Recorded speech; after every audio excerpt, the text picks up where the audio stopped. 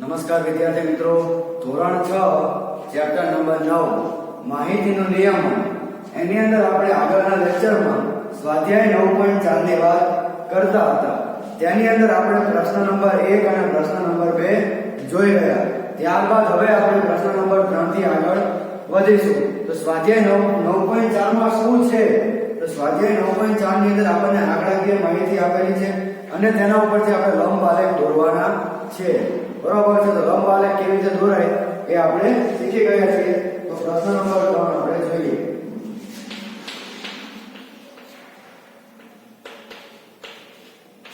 પ્રશ્ન નંબર 3 એમાં રકમ શું કીધું છે કે નીચેનું એક કોષ્ટક ફેક્ટરીમાં વર્ષ 1998 થી 2002 દરમિયાન તૈયાર કરેલ સાયકલની સંખ્યા દર્શાવે છે.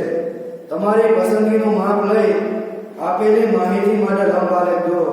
એટલે તમારી પસંદગીનું માપ લઈ એટલે કે શું કહે છે? પ્રમાણ માપ લેવાનું કહે છે.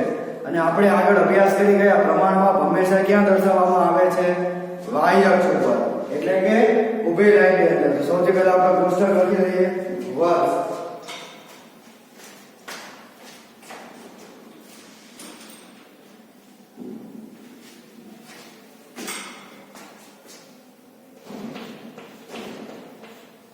વર્ષ અને તૈયાર કરેલ સાયકલની સંખ્યા.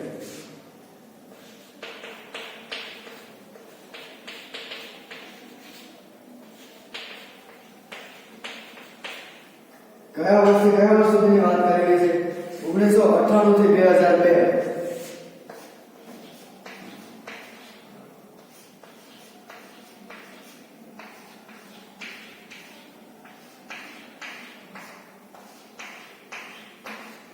બરાબર છે? 1998 ની અંદર કેટલી સાયકલ વેચાણી હતી? 800 સાયકલ. 1999 ની અંદર 600 સાયકલ. 2000 ની અંદર 900 સાયકલ. 2001 ની અંદર 1100 સાયકલ. અને 2012 ની અંદર 1200 સાયકલ. બરાબર છે? આવી રીતનું આપણને પુસ્તક આપેલું છે. આ કોષ્ટકની મદદથી આપણે લંબ આલેખ દોરવાનો છે. સૌથી પહેલા તો લંબ આલેખ માટે આપણે આગળ અભ્યાસ કરી ગયા. નીચે પ્રશ્ન પણ આપેલા છે કે પ્રશ્ન આપણે જોઈ લઈએ. એમાં કીધું કે કયા વર્ષે સૌથી વધુ સાયકલ તૈયાર કરવામાં આવી, કયા વર્ષે સૌથી ઓછી સાયકલ તૈયાર કરવામાં આવી. બરોબર છે? આવી રીતે આપણને બે પ્રશ્ન પૂછવામાં આવ્યા છે. બરોબર મિત્રો?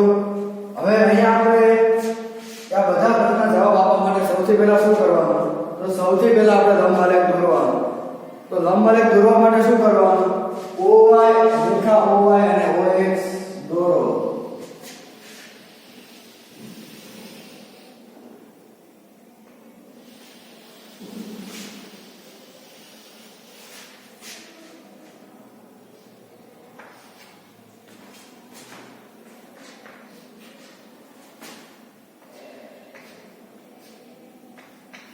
y અક્ષ એટલે કે OY અને OX દોરો. બરોબર? સૌથી પહેલા આ વસ્તુ લખી નાખવાની તમારે. આ બધું હું બોલું છું એ તમારે તમારી નોટબુક ની અંદર લખવાનું રહેશે. બરોબર? આ પહેલી વસ્તુ. પછી બીજી વસ્તુ આપણે શું કરીશું?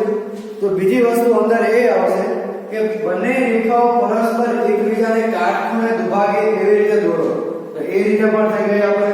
બરોબર છે? ત્યારબાદ હવે આપણે પ્રમાણ માપ શું નક્કી કરીશું? અહીંયા 800, 600, 900, 1100 અને 1200 આવી રીતના માપ છે. તો આપણે 1 એકમ લંબાઈ બરાબર આપણે કેટલું લેશું? પ્રમાણ માપ 100 લઈએ. તો 1 એકમ લંબાઈ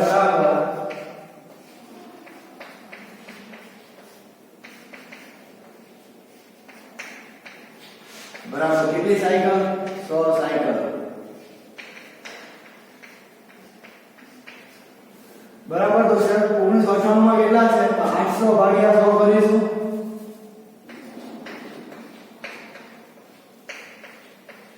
કેટલા થશે? 8 એકમ થશે. એકમ એટલે શું કે કાલે તમને શીખવાડી દીધું હતું. ત્યારબાદ 600, તો 600 ભાગ્યા 8 એટલે 100 એટલે 6 એકમ. ત્યારબાદ 900 ભાગ્યા 100 એટલે 9 એકમ. 1100 ભાગ્યા 100 11 એકમ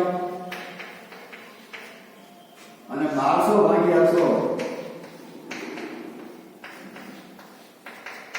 એટલે 12 એકમ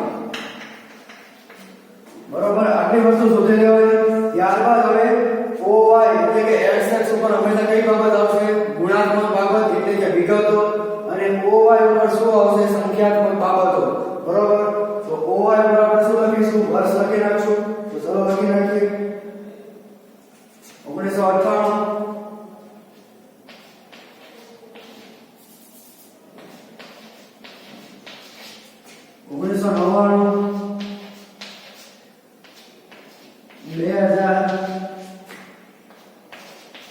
1998 અને 2002 અહીંયા આપણે શું લખેલું છે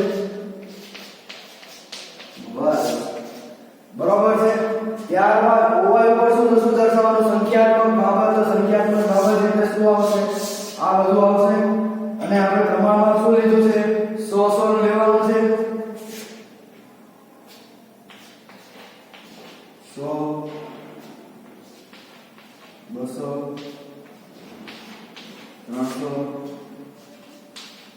400 500 600 700 800 900 1000 1100 1200 બરોબર છે આવી રીતે આપણે અહીંયા એના શું લખી નાખ્યા સાયકલનો વેચાણ એટલે કે સાયકલની સંખ્યા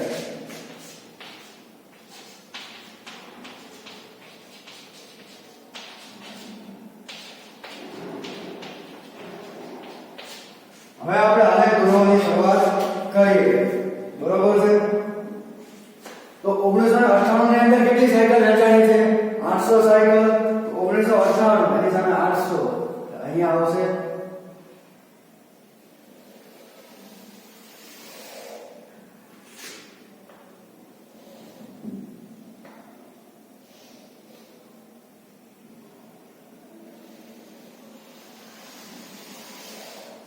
ત્યારબાદ 1999 ની અંદર 600 સાયકલ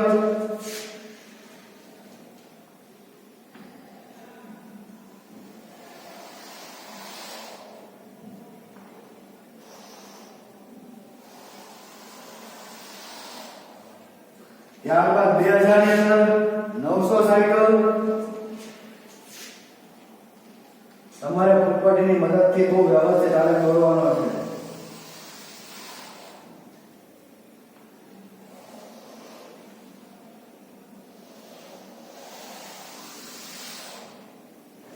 ત્યારબાદ 2001 ની અંદર 1100 સાયકલ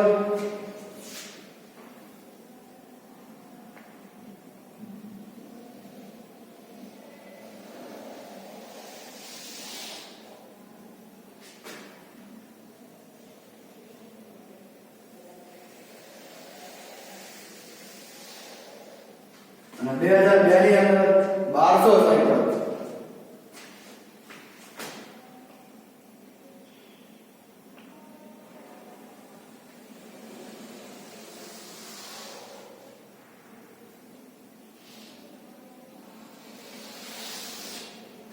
તો આ આપણો આલેખ થઈ ગયો તૈયાર બરોબર છે સમજી ગયા આલેખ કેવી રીતે દોરવાનો છે આલેખ તો વ્યવસ્થિત દોરવાનો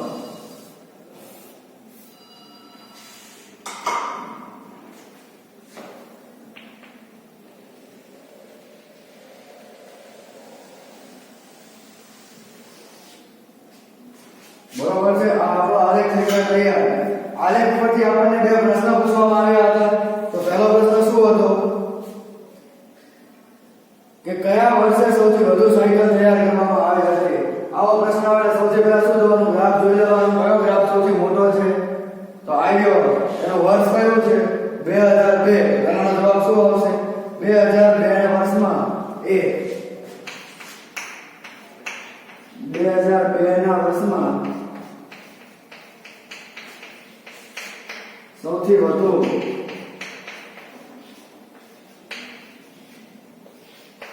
સાયકલ તૈયાર કરવામાં આવી હતી.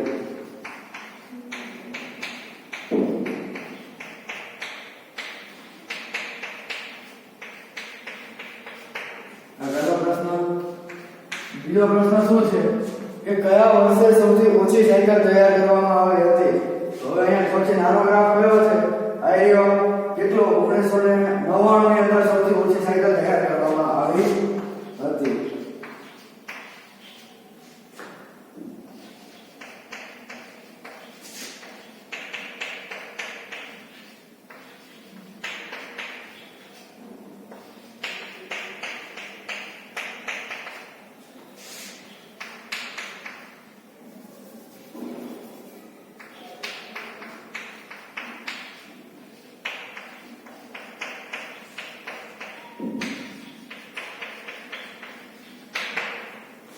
બરાબર, આ હતો આપણો પ્રશ્ન નંબર 3. તો પ્રશ્ન નંબર 3 ની અંદર શું કીધું છે તમે બધા સમજી ગયા? આપણને સંખ્યાત્મક માહિતી આપેલી હોય અને તેના ઉપરથી આપણને આલેખ એટલે કે લંબ આલેખ દોરવાનો કે હવે તમને બધાને ફાવે? બરાબર છે. ત્યારબાદ છેલ્લો પ્રશ્ન હવે જોઈએ. પ્રશ્ન નંબર 4.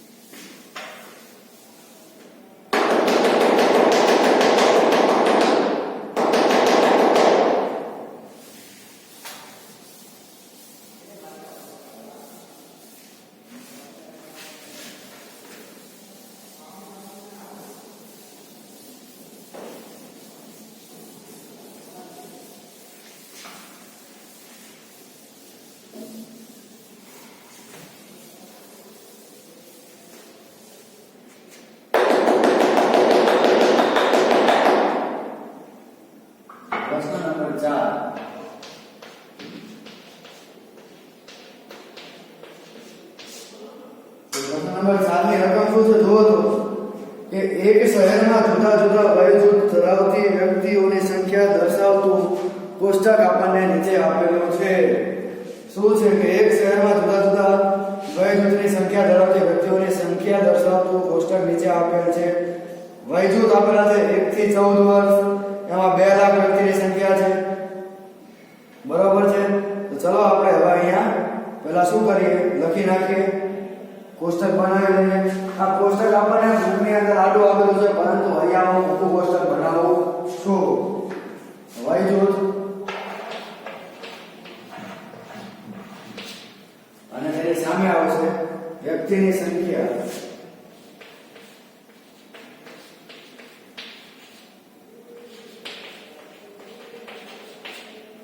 વય જૂથ કેટલા છે? 1 થી 14 વર્ષ.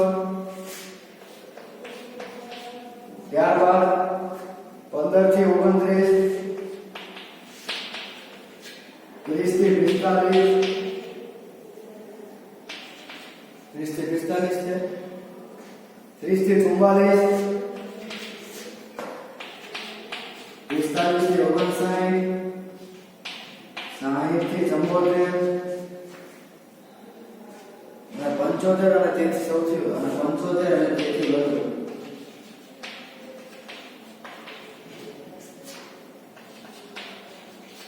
બરાબર છે. ત્યારબાદ વ્યક્તિની સંખ્યા આપણે લખી લઈએ. 1 થી 14 વર્ષના કેટલા વ્યક્તિ છે? 2 લાખ. ત્યારબાદ 15 થી 29 માં 1,60,000.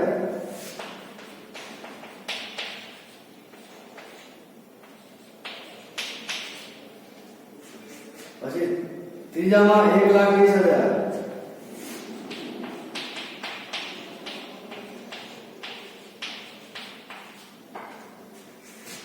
ત્યારબાદ 1,20,000.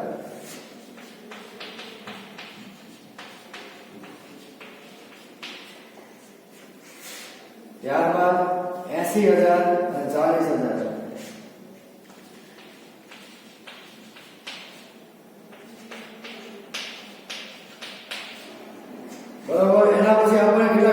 પૂછવામાં આવ્યા છે કે ઉપરની માહિતીના આધારે લંબાલેખ તૈયાર કરી નીચેના પ્રશ્નના જવાબ આપો. સૌથી પહેલા આપણને શું કીધું છે? લંબાલેખ તૈયાર કરવાનો કીધો છે. તો લંબાલેખ તૈયાર કરવા માટે હવે બધાને ખબર છે સૌથી પહેલા શું કરવાનું છે? આલેખ પત્ર ઉપર પરસ્પર લંબ હોય તેવી બે રેખા OY અને OX દોરો. ચલો સૌથી પહેલા એ કરી લઈએ.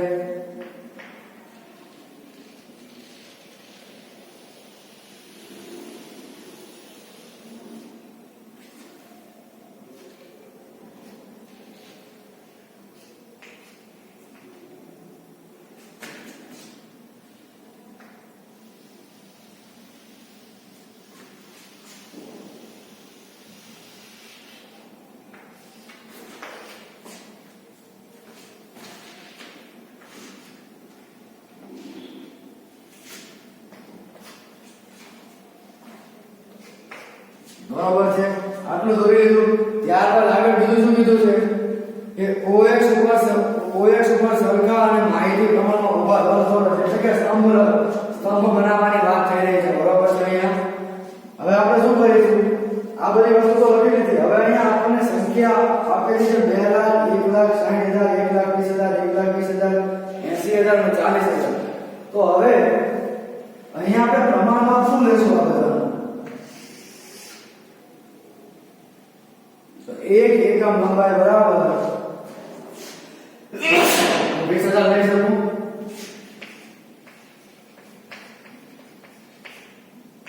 એક એકમ લંબાઈ બરાબર 20,000 વ્યક્તિ.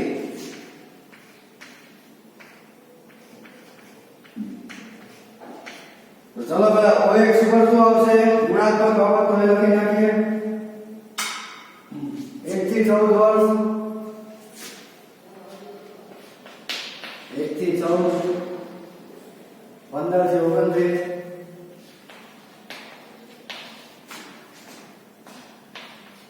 40 થી 54, 15 થી 29, 30 થી 44,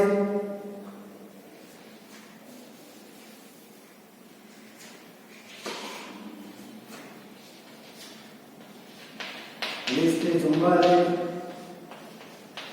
45 થી 59, 60 થી 75 અને 75 થી વધુ. બરાબર. અહીંયા આપણે લખી નાખીએ વર્ષ. અહીંયા આપણે દર્શાવીશું આપણે સંખ્યાત્મક બાબત એટલે કે 20,000 નો આપણે કેમ રાખશું? પ્રમાણમાં આપણે 20,000 નું કીધું છે એટલે તો અહીંયા આવશે 20,000, 40,000, 60,000, 80,000, લાખ, 1,20,000, 1,40,000. અહીંયા લખી નાખું છું 2 લાખ. બરોબર છે. હવે આપણે અહીંયા લંબાલેખ દોરીએ. ચલો શરૂઆત કરીએ. 1 થી 14 વર્ષ છે એવા વ્યક્તિની સંખ્યા કેટલી છે? 2 લાખ છે. સૌથી પહેલા અહીંયાથી આવશે.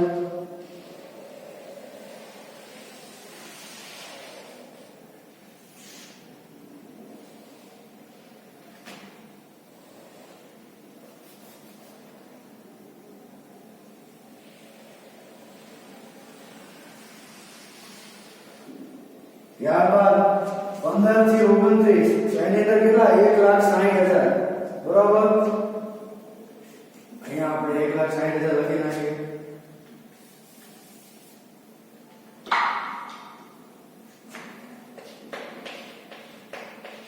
તમારે આખો આલેખ પૂરો લખવાનો છે. અહીંયા આપણે જગ્યા ઓછી છે એના માટે આપણે આવી રીતે દોરીએ છીએ.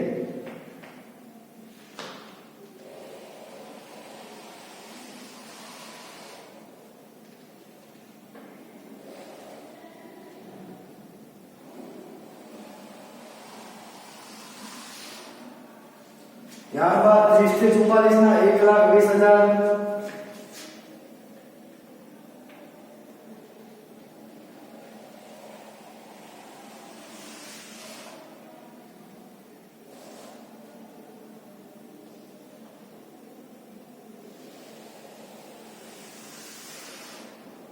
45 ની 59 1,20,000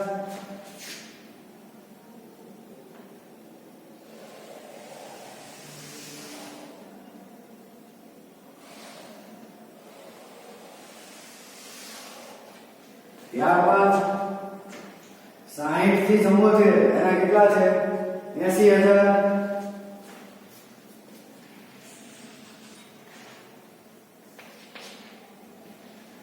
80,000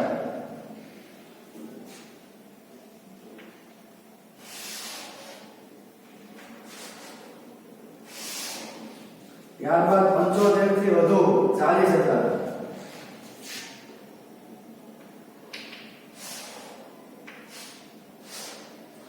આ આપણો લંબાલેખ તૈયાર થઈ ગયો.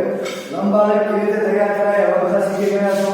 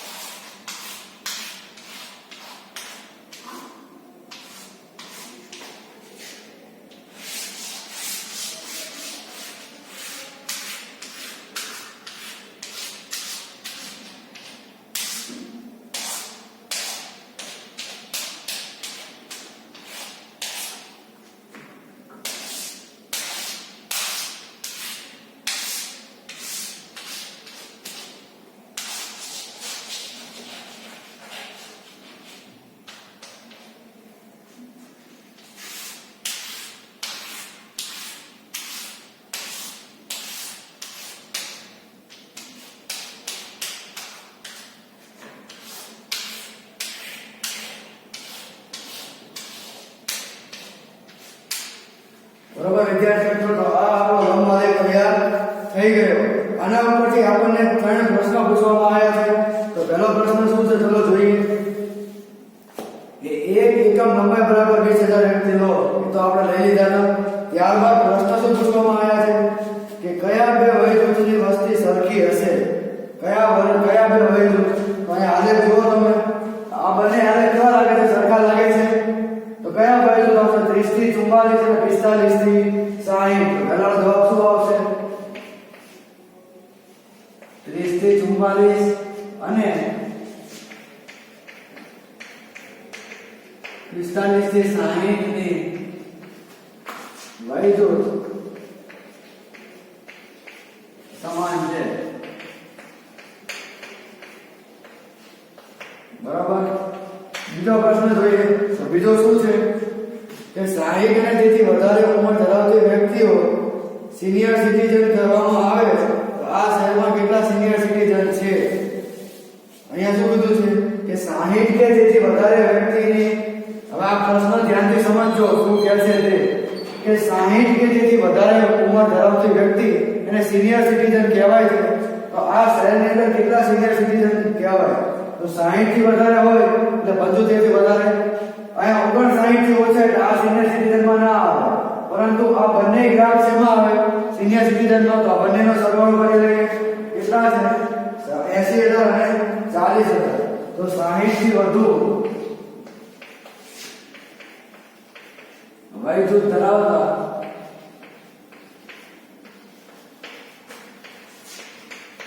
વ્યક્તિને સિનિયર સિટીઝન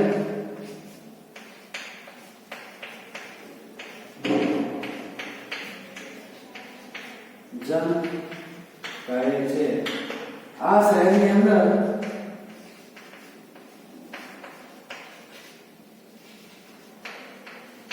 કેટલા સિનિયર સિટીઝન છે 80,000 વત્તા 75 થી વધુ એટલે એ પણ સિનિયર સિટીઝન આવશે. તો કેટલા 40,000. આ બંનેનો સરવાળો કેટલો મળે આપણને 1,20,000. આટલા સિનિયર સિટીઝન છે. બરોબર વિદ્યાર્થી મિત્રો, આ હતો આપણો પ્રશ્ન નંબર 4 સ્વાધ્યાય 9.4. તો અહીંયા આપણો સ્વાધ્યાય 9.4 એ પૂર્ણ થાય છે. બરોબર છે.